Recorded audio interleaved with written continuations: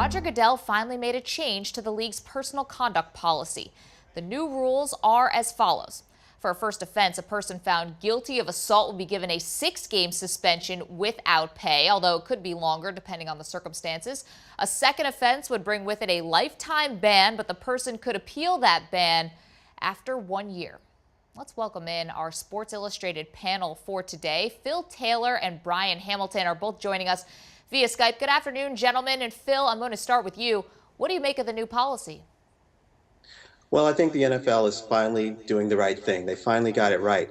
I wouldn't go overboard in patting them on the back because it still is a shame that they let Ray Rice get off with such a light penalty. That's still inexcusable. It's a shame that it took this much media criticism, I think, to get them to reconsider their policies. But at least going forward, they can say that they have a policy that has teeth, and future offenders will get the sort of punishment that they really deserve. So it took too long, but I do give them credit for finally doing the right thing. Brian, I'd like to get your thoughts on that. The commissioner himself said he failed in this instance, and it's rare that the NFL cops to making a mistake. Are you surprised that a change was made relatively quickly after the Ray Rice suspension was handed down? Not as much.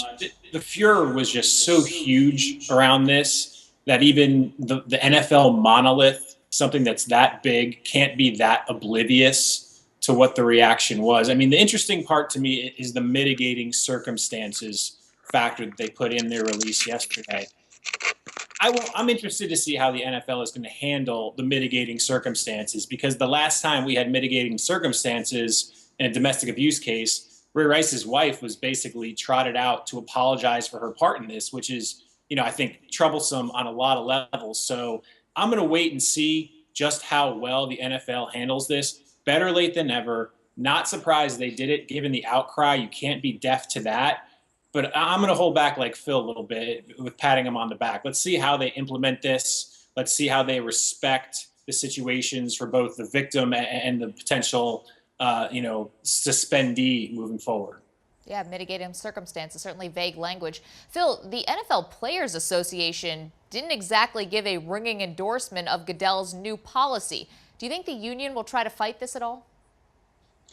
Well, I think it's possible. I mean, I think that, their concern obviously is to protect the players, and that's understandable. I think that the public sentiment and the feeling from the media and fans is so much in favor and will be so much in favor of what the NFL is trying to do that I'm not sure that the union will fight too hard on this. But I think they will try to make sure that this doesn't give Goodell too much power in terms of the way he deals with future offenders. But I think that there'll be some pushback, some resistance, just to make sure that Goodell isn't judge and jury here. But I don't think ultimately that the union will try to fight too hard, because the public sentiment would be so much against them.